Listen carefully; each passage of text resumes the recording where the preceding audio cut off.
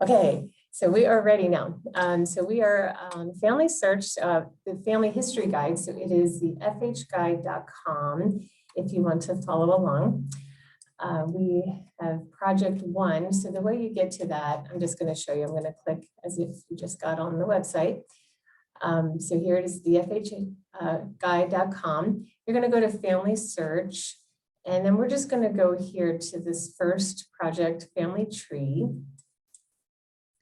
And that's divided into goals. So like I said, Janet did 1 through 7 or 1 through 8, and I will be covering 7 through 14 tonight. So let's go ahead and start. So I'm going to click on goal 7, adding ancestors. So adding ancestors to your tree. This is a really important thing to know and understand as you're helping people with building their family tree. I'm going to demonstrate on my own family tree as we discuss how to do this. There's various ways to add ancestors to your tree. So one of them is just going straight from the tree. So let me go on to tree. Go to family tree. So I'm signed into Family Search. And this is my great grandmother. This is her tree. It's not very huge. This is my mom's Bolivian side, and well, she's from Bolivia, so it's my Bolivian side. So it's very difficult to do the research on this line, but I'm going to use it to demonstrate. So you can see where the empty spots on the tree are. So if we had this father and mother on the tree, this is how we could add them. Add father, add mother. That's one way. If Isolina has a sibling that I want to add to the tree, I could click over here to children of her, well, actually of his parents. If I want to go to her parents, I would go down here and add children. And so this would give her another sibling, and I could click on add child here. To add her own children, I would just click here and add a child this way. And from this view, you can also add the spouses, or you can add children and also their spouses here. So these are their children here on the left, and then you can click add spouse if you want to add that way. So that's one way you can add. Another way is just directly from the page, the personal page itself. So I am on her personal page. I'm going to scroll down to family members. And again, you can add a child, you can add a spouse, you can add parents, and you can add siblings of your focus person over here. You add child. Even if you already have parents, you can still add another set of parents. Family Search allows you to do that. A case would be if the person is adopted. So you could add their adopted parents as well as their biological parents and have the line go that way, either way. So then over here, you can obviously add multiple spouses as well.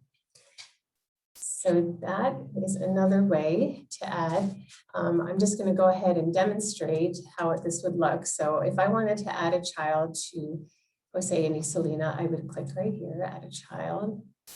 And then what happens is by default, the Family Search is going to search for the person before actually adding. So let's say I wanted to add Maria Serrano. You're just going to add as much as you know. You have to add a name, a gender, and you have to indicate whether they're deceased or living in order for you to do a search. So I'm going to click deceased. So it says your deceased ancestor may already be in family tree. If possible, enter at least one date or place so we can do a search. So it's asking me for more information. They're saying, you know, let's get a little bit more if we can. So I'm just going to make up a date.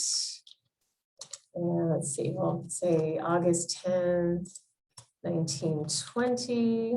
And we're going to say she's born in La Paz, Bolivia, where her siblings are born. So Family Search, like I said, is just going to conduct a search. You can also add additional find options. You can add a father, mother, husband, wife. Try not to add too much, because if you add too much, you might not find who you're looking for. I start like with broad and then maybe add more if you can that way. What's the other thing I was going to point out? Oh, so living, if the person is living, I'm just going to click on it right here. You can't do a search for living people, because if you add a living person to your tree, or anybody adds a living person to their tree, only they can see that person. So I can't search for a living person that might be on somebody else's tree. So if I were to do that and hit next, it's going to go ahead and allow me to create the person. Whereas if I clicked on deceased, it would first conduct a search. So I'm going to click next and it will conduct a search, and it's saying no match found. So if there was a match, I would get a pop-up here that would say, oh, here, this may be your match. And then I could decide whether or not to add them, and then just click add. And if not, then I can go ahead and create that person. And I can actually, let's see, I think I can demonstrate that with someone that's already on the tree. So if I did, Serrano, deceased, born 1918, and then birthplace is La Paz, India. Okay, so let's see if it pops up. Okay, so here it is. So this relationship already exists, so that's why we will not add it, but I just wanted to show you what it looks like, so that you would see possible matches found. It would have the person, their ID number, and the information, so you could look at it closely and decide, okay, is this the person I'm looking for? And if it is, then you would have the option to go ahead and add them on. That's how that works. Another way you can add somebody is by ID number. So I'll just demonstrate what I just did here. So I go to add child. Well, maybe I'll go to add parent. I'm just going to click on different things. So you can see no matter who you add, you're going to have the same box that pops up. And you'll have the option to search them by name or by ID number.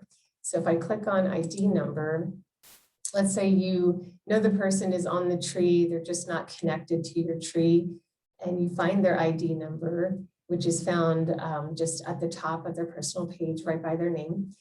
Then you go ahead and add that ID number. So let's add that same person that I added before, or I looked at before. So Renee Serrano, I'm going to put N9N4F826.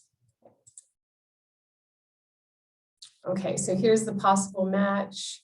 So obviously I don't want to add the child as the parent. See, it's actually letting me do it, but I won't do that. But this is what it would look like. You would get your possible match, which should be that exact same person that you put the ID number for, because you would only have one ID for one person. So this is what would come up, and then you would go ahead and click add it, and then it would add to your tree. That's another way you can add somebody. Let's go back to the family history guide. So everything that I've explained here is pretty much covered here in the family history guide. You do have some more information, like some tips and hints on how to search for people, find people, different ways of adding people. This is a great video here by James Tanner from BYU History Library. That gives you, he gives a lot of information, details on how to find ancestors that might be difficult to find. So I'm going to scroll down to C here. So another option here is you can add people from another website. So Ancestry.com is one of those websites that you can sync with. That's the term. When you sync with Ancestry, which you would do from Ancestry.com, you can pull people over from the Ancestry site to Family Search Tree, or you can do it just the opposite, Family Tree to Ancestry. So there is another class that I teach specifically on how to sync Ancestry and Family Search. So if you ever want to learn more about that, you can tune into that class. Another one Oh, no, that was it. Okay, so another thing, D, we have add unconnected persons in your part of the family tree. So this is if you want to add somebody, but you may not know how they're connected to you. I mean, you really shouldn't add just random people to the tree. But let's say there's someone or a family that you know is part of your tree, but you just don't really know quite how it's connected. You can still add them to Family Search as an unconnected person. So I'm just going to demonstrate that. You just go back to Family Search, and you're actually going to go to the Recents tab up here in the upper left. Click on that, and then you're going to scroll down at the bottom, and it says Add Unconnected Person. So that's what you click on, and then it's kind of like that same box that popped up before, except this is just going to add. It's not going to do any kind of search. So you're going to type in the name, everything you know, and then it's going to add. Actually, I think it might conduct a search as well. But if it's not found, then it will go ahead and add that person on the tree. So that I will demonstrate one more time. So Recents. It's not really intuitive where to look, actually. So you want to click on Recents, and you're going to want to go down to Add Unconnected Person. Okay, so this is how you would add somebody that of whom you don't know how they are connected to your tree. Okie dokie. So what else do I need to cover? Oh, relationship types. So this is also in the Family History Guide. Let's say one of these children is adopted and you want to indicate that relationship. You're going to go to this little edit button on the right. And this is like the relationship pop-up box that comes up. And you can see I already have relationships indicated. So I have biological. This is how they're related to Renee. But let's say I wanted to change to adopted, then I would click edit. And then just click on this little tab here, and you can choose adopted, biological, foster, guardianship, or step. And once you do that, it will show, oops, right here next to the person, it would say adopted or step or another thing. If it's biological, it's not going to say anything, but if you indicate one of the other ones, that this is where you'll see that relationship type. So, okay, any questions from those who are here? No, okay.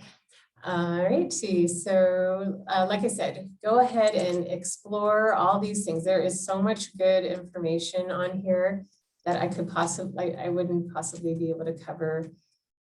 These videos, these classes give a lot of in-depth information about how to add ancestors to your tree. Okay, so that is goal 7. So we're going to go now to goal 8 up here, add sources. Okay, adding sources to your ancestors adding sources for an ancestor's records in your family tree. All right, so adding sources is very important. When we have a collaborative tree, like we do with Family Search Family Tree, you have many different opinions that you can find for a particular person, maybe different opinions on a date, place, who's in the family. So if you have a source attached to your person on the tree, then you're providing evidence that, okay, what I'm saying here is correct. And it will just kind of help to avoid multiple people adding different information there. So you can learn all about how sourcing is important over here. There's a lot of articles you can read.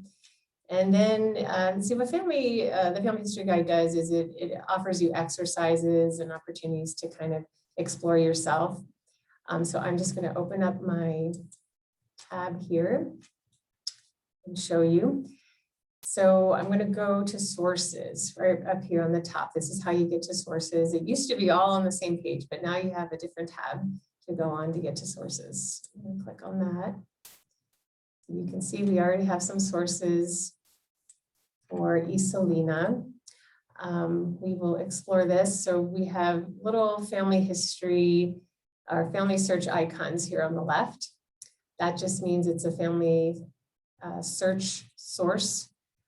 Anything else, you'll have a little world icon. So that just means it came from somewhere other than Family Search. So any of the other websites, Ancestry, Find My Past, or in this case, this was one, and you might wonder what these are. They pop up a lot, Legacy NFS source. This was when the new FamilySearch.org migrated into FamilySearch.org, Family Tree. So source, this is kind of how the sources migrated over. So if you ever see anything like this, that just means it came from the old system. And it's usually like around 2012 when it came over. And this was somebody just quoting somebody else. It was a memory. And so you can create a source that way as well. So once you're on this page, you can see there's options to click on detail views, which opens up all the sources. You can see all the details about it, or you can click on them individually and look at the details that way. If you want to add a source, you can add it directly here. And then you have the option to add a new source. This is one that you would just type in the information all by yourself, title, web URL, anything you know. And let's see, let's cancel it. Or you can add a memory source. A memory source would be like one that's attached to a memory. So you would upload a picture, a document, anything like that, and then create your source around that. And then another option is attaching it from the source box. So a source box is where every source that you add onto the tree, it all goes to this source box. So if you click on that, you can see all the sources that you've ever added to everybody. And let's say you've decided you want to add a particular source to somebody else that it's not attached to, then you can click attach and that will put that source onto your person. Okay. Another way to get to source box is you go up to your name on the upper right, click on your name, and you can click on source box from there too. Then you can click on options. Options, you can customize the way this whole layout is with your sources. You can move them around. You can make them chronological, just however you want to do it. Okay, so now I'm going to break it apart and I'm going to look specifically at one of the sources. So you can see when I click on it, sometimes we get an image, sometimes we don't. This is the index portion of the record. So when you do indexing, this is the information that you index, and that's what helps you to conduct a search to find the person in the record and match them to your tree. Okay, so you can see this is the description. And then if you look up here, if you click on view, it will take you to another page that's all about this record. And if you click on go to web page right here, you can even go to the actual source, and it kind of just gives you a really nice page all about the source and things you can do with it, share it, save it. So that's where that takes you. Let me go back here. Okay, so let's go back to view source. And let's see, so if you need to edit, you can click on that. You can edit the title, you can edit the date, you can add some descriptions in the notes there.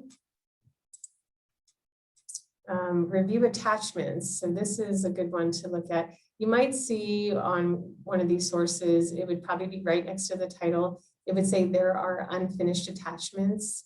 So if you wanted to click on that, you click on review attachments and you could you can attach the record to more people. But I'm just going to take you to the field here of review attachments. It's a little slow. Okay, so this is what it looks like when you're attaching a record. You have the historical record on the left with the people who have been indexed from the record. And then on the right, you have the people on your tree and how it matches up. So This is already attached, so that's why it says detached, because that's the option I have at this point. Once it's already attached, I can click to detach it if I wanted to. And then there's, I mean, this would probably be a whole nother class, but there's a lot of things you can do with this screen. You can change the focus person. Let's say I had a marriage record and I had Jose's parents and I wanted to attach them to the record as well. I wouldn't be able to do it unless Jose was the focus person, because then that would bring up his parents on the side. So I could go to change, and then I would find Jose. And then you can see it brings up his parents. But with this record, his parents aren't listed anyway. If they were, they would be showing right here on the left, and then you could attach them to his parents. So a lot of cool things you can do. Another one that I discovered kind of recently is this little button here. If your focus person has more than one spouse, if you click on this little arrow, you can change the spouse of focus there. So yeah, so that's how you would do that there. All right, let me close that down. Another thing you can do, I'm just back on the sources page. You can detach a source. So if you find that this source doesn't belong to your ancestor, you can go ahead and click detach. You can report abuse if this source, has anything inappropriate. You can do that. Tagging is a really cool feature to understand. When you tag a source, you're tagging it to information on your person's personal page. So this source verifies the person's name, sex, and christening date. So that's why those are checked there. If it had birth, anything else, I would just click on those and then click tag. And you can see, you can go back to the details page where you would find these tagged sources. So you can see 3 sources here have been tagged to the name. You can also see it if you click on edit, and they're just right here on the right. Okay, so it's really good to tag sources, because then you can see right from the front page there, okay, what sources verify what information. So once again, it's very important to add sources. So I highly encourage it. There's other information here about sources. I'm back on the family history guide. So this kind of goes into what we did. And then, yeah, the review attached records. Okay, so this is the source box. If you want to learn more about that, you can click on the videos. Printing sources on a family group record. So the way you would do that is you would go to your personal page, and you would come over to the right here. And this is where you can just print out different things. So if you want to print out your family with sources, that's how you would do that. Click on it, and it compiles that family there. It's a family group record, and then the sources will just all be at the end there. So kind of a neat feature. Okay, another thing you can do, this isn't available for every sourced record, every indexed record, but you can on some go on the record, that index portion, and there would be an option to edit. I don't know if you can see this little button here, edit. If the name is misspelled, it wasn't indexed correctly, transcribed correctly, you can go ahead and edit that. And I think it will be added, Family Search will add like another opinion, or it might even change it altogether. So that's an option there. Okay, so I think that's it for sources. Any questions about sources? Okay, so let's go to 9. Record hints and attaching sources. All right, so Family Search has a really great feature of doing the work for you. So before you do the research to find sources for your ancestor, you can, Family Search will actually do a little work for you and give you what they call hints on a source that potentially might match your ancestors. So I'm going to go to tree for this so you can see them. So these light blue boxes, these are all record hints. So when you click on one, there's two here that pop up. That could be potential. It doesn't mean it is. Many times it might not be, but they're worth looking at. So you can look at them by clicking on them. You can click on show all, and that'll take you to them. Or another way is if I was just on his homepage, you would see it over here in the upper right. The hints would show up there as well.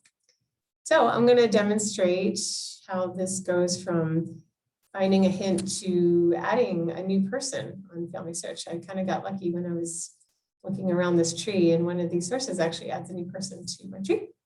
So I'm going to click on this one, Demetrio Delphine Echega. You can see the name's a little off.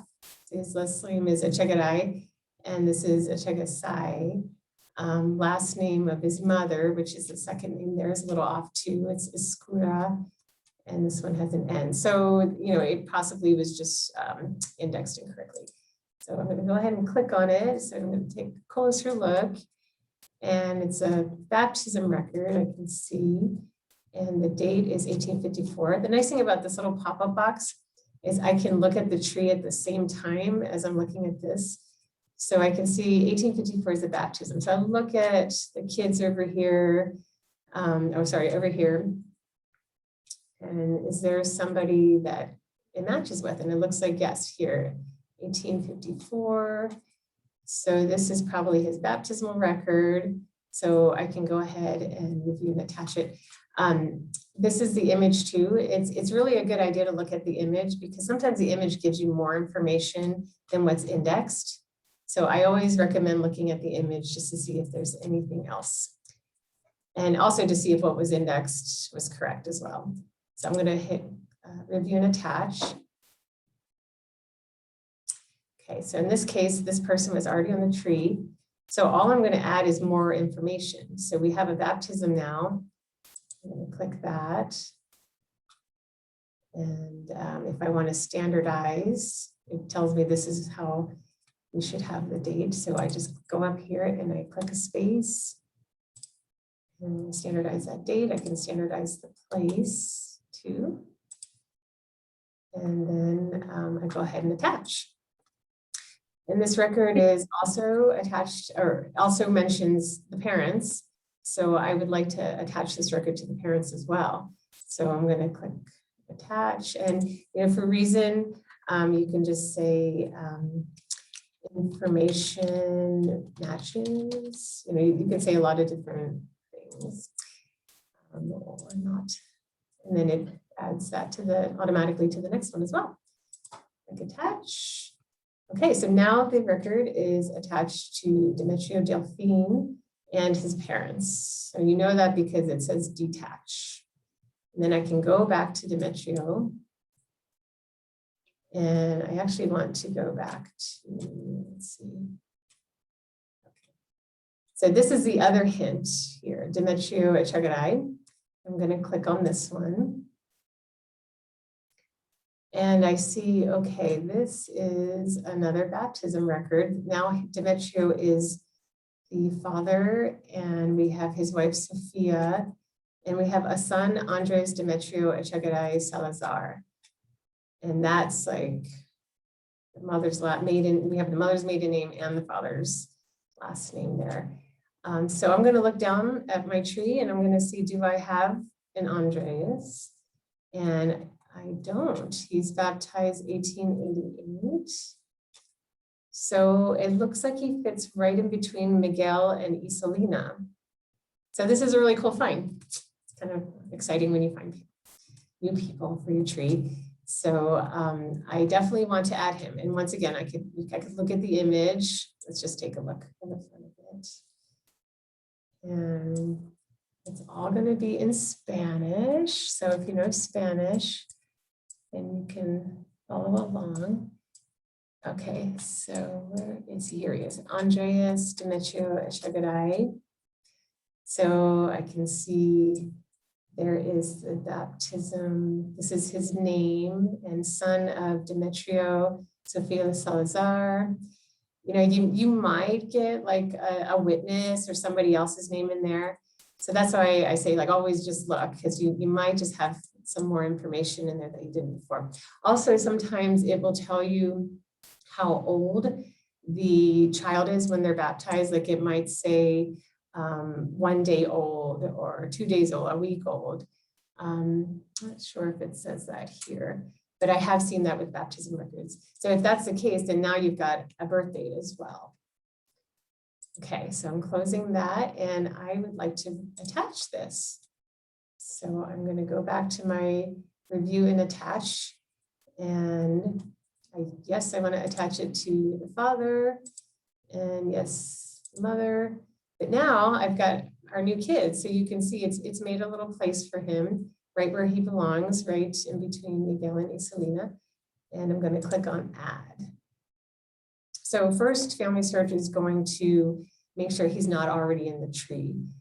So we're going to do a little search for him. So we've already got the date, we've got his gender and deceased. So I'm going to do create new person. If there was a match, then it would come up right now. I would say, okay, actually, we think we found him already. But since there wasn't, I just created a new person, and I'm going to add his baptism date as well. I'm just going to standardize it again. Okay, and then I'm going to attach. So very cool. Now we've got a new person on my tree, and I always, as soon as you add a new person on your tree, okay, where did he go? Okay, right here, Andreas. So I would like to reserve his temple work, because sometimes as soon as you add a new person, someone else might reserve it pretty quickly. All these new programs come out and alert people, you've got a new person on your tree. And, so if you really want to do the temple work, and that's very important to you, then you want to reserve that right away. So it did not add his christening, as you could see. I think it was because it added it as a baptism. So what I will do is when I go home, I will. Tell them you'll take the questions after you're done. Okay, just a reminder, I'm going to take questions at the end. So if you have any questions, then we will save it for the end. Okay, so like I said, I would just need to add a place to this birth, and then I would go ahead and reserve it. At this point, I can't, no one can reserve it because I have not added a place. You have to have a date and a place for any event in order to reserve temple work. Okay, so that is attaching and reviewing hints. Let me go back to the family history guide. Let's see. Okay, so if we go down to B,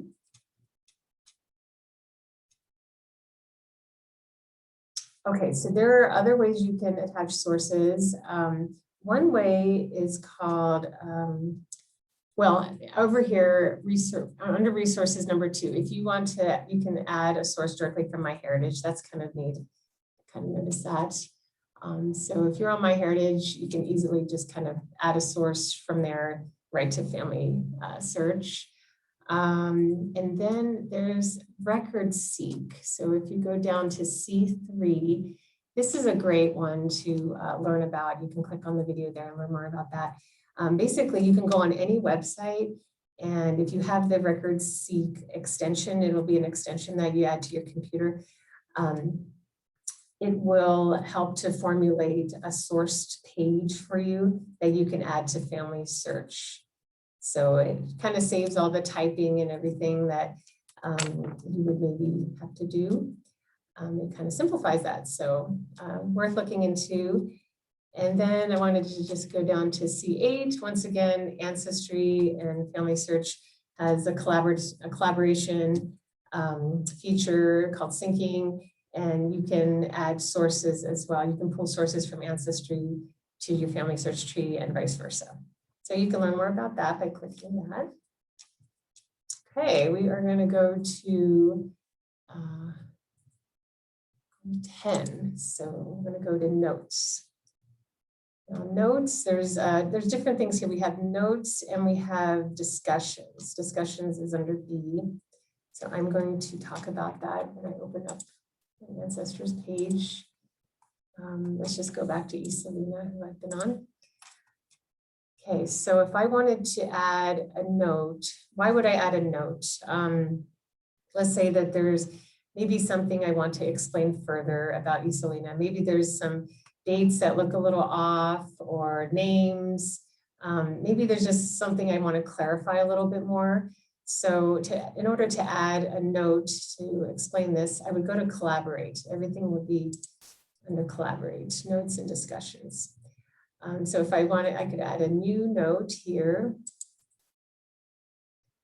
And you would make a title and then you just write your note. You can make it very long, you can make it as long as you want. Maybe this is the limit here, 10,000 characters. And it adds a note. Now, something to know, notes can be deleted. So actually I want to show you this with another ancestor. So I'm going to go to find, and I'm just going to pull up another ancestor in my tree to demonstrate this.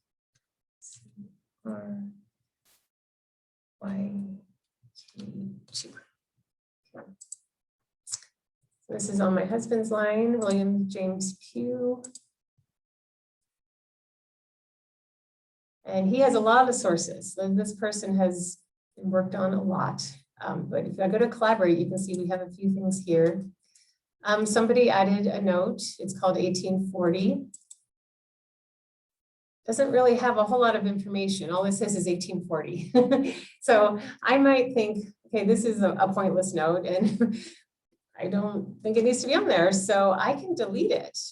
But let's say this really was an important note that you put in and spent a lot of time on.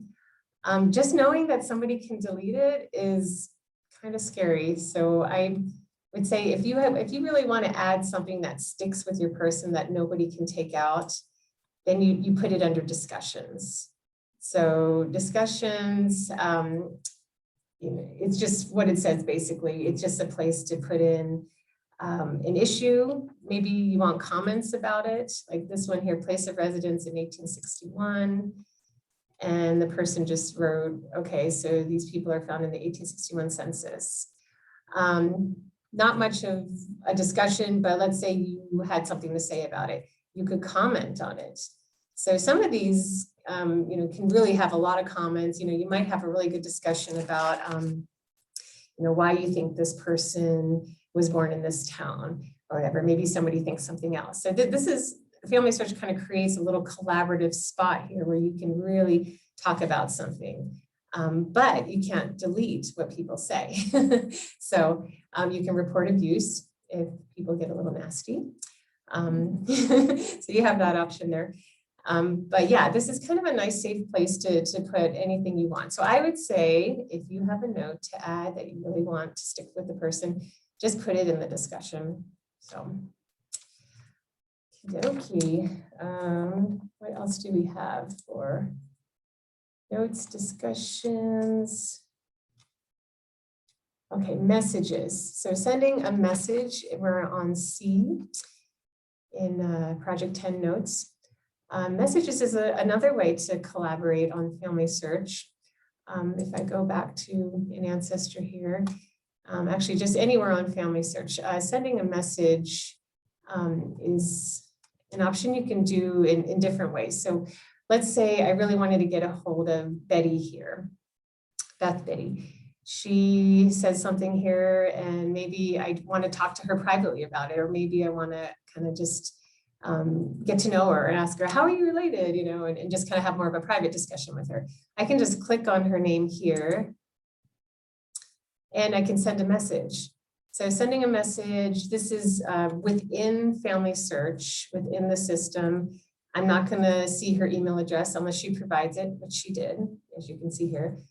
So that gives me an option to email her that way if I want to, but let's say I don't see a message, or I prefer not to share my own email, I can just send a message within the system. And then that's the way you can communicate without really sharing more information. This little, I might as well just say this here while I'm here. You can request to view relationship. I will explain later about enabling relationship viewing. You can see how you're related to other people who've submitted information on a family tree by enabling relationship viewing. And then you would request, she doesn't have it. If she had it, I would automatically see how we're related. But I can request to view relationship, and then she would have to indicate that she wants to start enabling relationship viewing. And then we could see how we're related. So it's kind of a neat feature too. So if I want to send a message, I would just click there. You'd write a subject, write your message, and it would just go into your inbox. And getting your inbox would be up here. I'm not going to click on it because I don't want to pull up living people's names and information, but this is how you would get on your messages. If you have a new message, you would see like a little red 1 or 2, or depending on how many messages you have, and that would alert you that you have messages. If you have the setting indicated on your settings, you could be notified to your regular email that you have a message from Family Search. Okay. So let me just show you how to enable relationship viewing if you haven't done that. You go to your name on the upper right, and you go to settings, and you go to permissions, and here you would go to relationship viewing, and you can see mine's already checked. So like I said, if that's checked, then you can see how you're related to other people if they have that enabled as well. So again, that's upper on the right, upper right corner, click on then your name, settings, and then you go to permissions, and then relationship viewing. Okay, so another thing you can do, as we're talking about relationships, you can see your relationship to any ancestor just here on the upper right. So you just click on that, and you can follow the line and just see how you're related. All right, let's go back to the family history guide. Okay, we're going to go to goal 11, merging. Okay, merging I will not go deeply into because merging is very complex, or it can be very complex, and it takes another class to talk all about merging. But just so you know that there is this option to merge people on your family tree. And you can learn all about it, videos, papers, records, just a lot of resources on how to merge. So I'm just going to show you here on the tree just how you would do that, like how you would get to that. If you had possible duplicates, that would be one prompt that you need to merge. So you would go to this upper right area, it would be in red, it would be a red exclamation mark, and it would say possible duplicates and how many. So then you could click on those, and it would take you to the merging screen, and you would view it and decide whether or not you want to merge the people together. If you have an ID number for a person that you know is a duplicate on your tree, but they're not showing up under possible duplicates, if you just get their ID number, you can click right over here, merge by ID. And then you would just add that ID, and you would get that pop-up page again on merging. So you want to be very cautious when you're merging two records together. You might have people attached to each of those people. You could have wives, you could have children, parents, and if all those people don't match up, then that's when it starts to get really complex. You're going to have multiple spouses, multiple children that you could merge together as well, but if they don't match, then it just gets kind of messy. So you want to really look at the person, all the relationships on both people that you want to merge, and really decide if this is, if they are a match. If you do merge two records that you did not want to merge. You can undo that. You can do an unmerge. And the way you would do that is you'd go to latest changes. You'd go to show all. And I don't have her merged or him merged with anybody, but it would show up, I think it's in green, and it would say you've merged this person with somebody else. And then there'll be an option on the right that says to unmerge.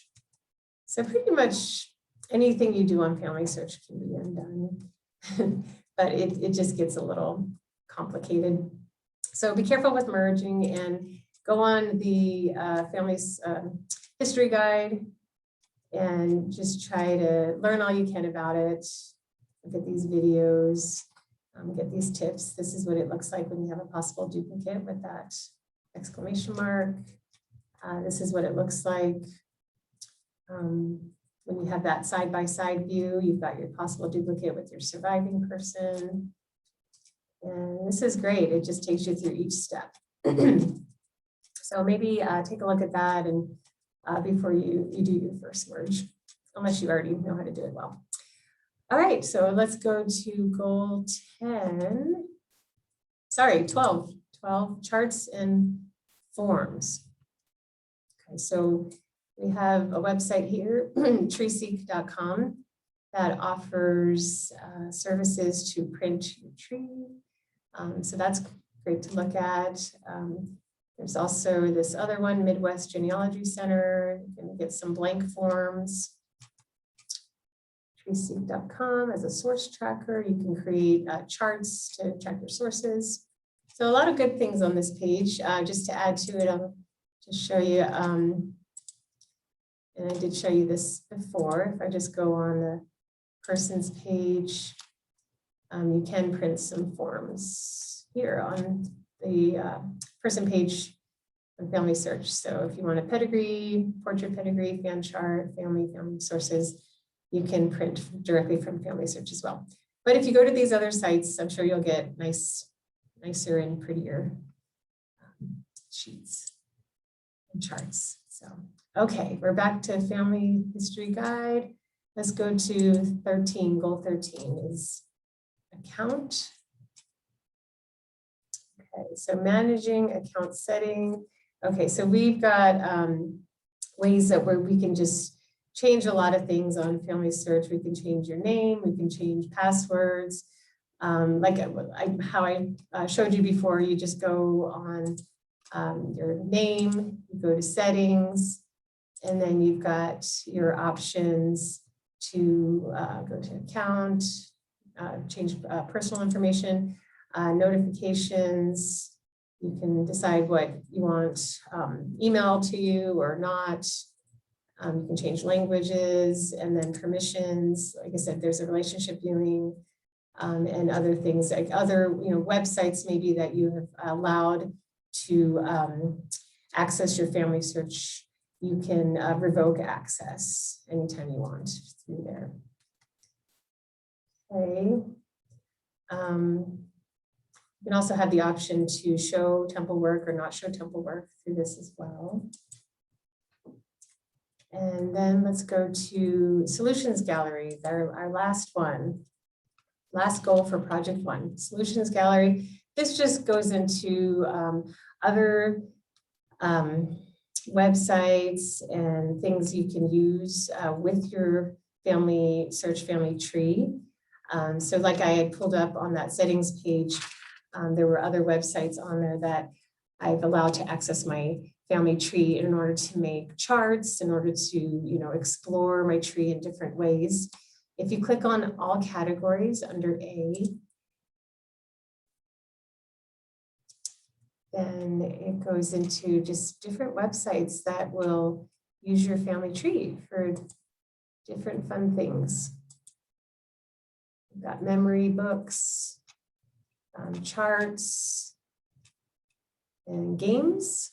So a lot of fun things. So that would be a great thing to explore. You can just get it right from the Family History Guide under all categories. And then finally, there's the mobile app, which would be a whole nother class to teach about. But just know that there is an app for Family Search Family Tree. And you can use many of the features from Family Search, Family Tree, just right there on your phone. So that is it that we have covered goals 7 through 14. So does anybody have any questions? Okay, we're going to unmute you in 1 sec.